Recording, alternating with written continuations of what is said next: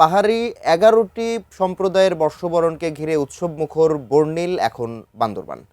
পাড়ায় পাড়ায় চলছে আনন্দঘন উৎসব আর নানা আয়োজন। বান্দরবান শহরের উজানিপাড়া বৌদ্ধ মন্দির থেকে বিস্তারিত জানাচ্ছেন প্রতিনিধি মিনারুল হক।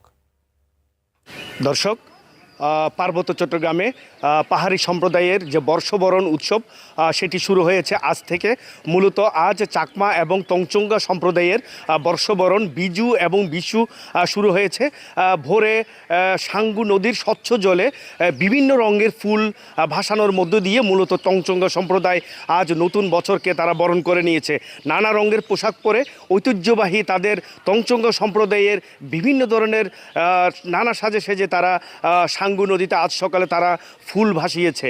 এবং একই সাথে চাকমা সম্প্রদায় তাদের ঘরে ঘরে আজ বিজু বিশু চলছে, সেখানে আনন্দ উদ্দীপনা চলছে। বয়স্ক পূজা হয়েছে সকাল থেকে এবং সকালে ফুল ভাসানোর মধ্যে দিয়ে তারা নতুন বছরকে যেমন বরণ করে নিয়েছে, তেমনি আজ তাদের পাড়ায় পাড়ায় চলছে নানা উৎসব।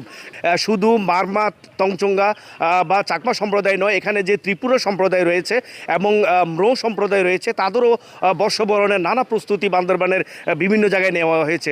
মূলত বান্দরবানে বাঙালি সহ 12টি যে নৃগোষ্ঠী রয়েছে সব মিলে, এবং এই বাঙালি এবং 11টি নৃগোষ্ঠী সব মিলে তাদের এখানে বিভিন্ন জাতিগোষ্ঠী থাকাতে এখানে মূলত বর্ষবরণ হয়ে ওঠে বর্ণিল এবং আনন্দময়, যা বাংলাদেশের আর অন্য কোথাও দেখা যায় না। এই বর্ষবরণকে ঘিরে দেশের বিভিন্ন জায়গা থেকে কিন্তু পর্যটকরা এখন বান্দরবান শহরে বেড়াতে এসেছেন।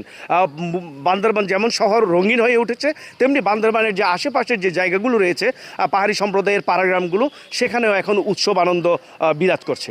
এটি ছিল বর্ষবরণের আমার কাছে সর্বশেষ তথ্য। মিনারুল হক, এটিএন নিউজ, বান্দরবান।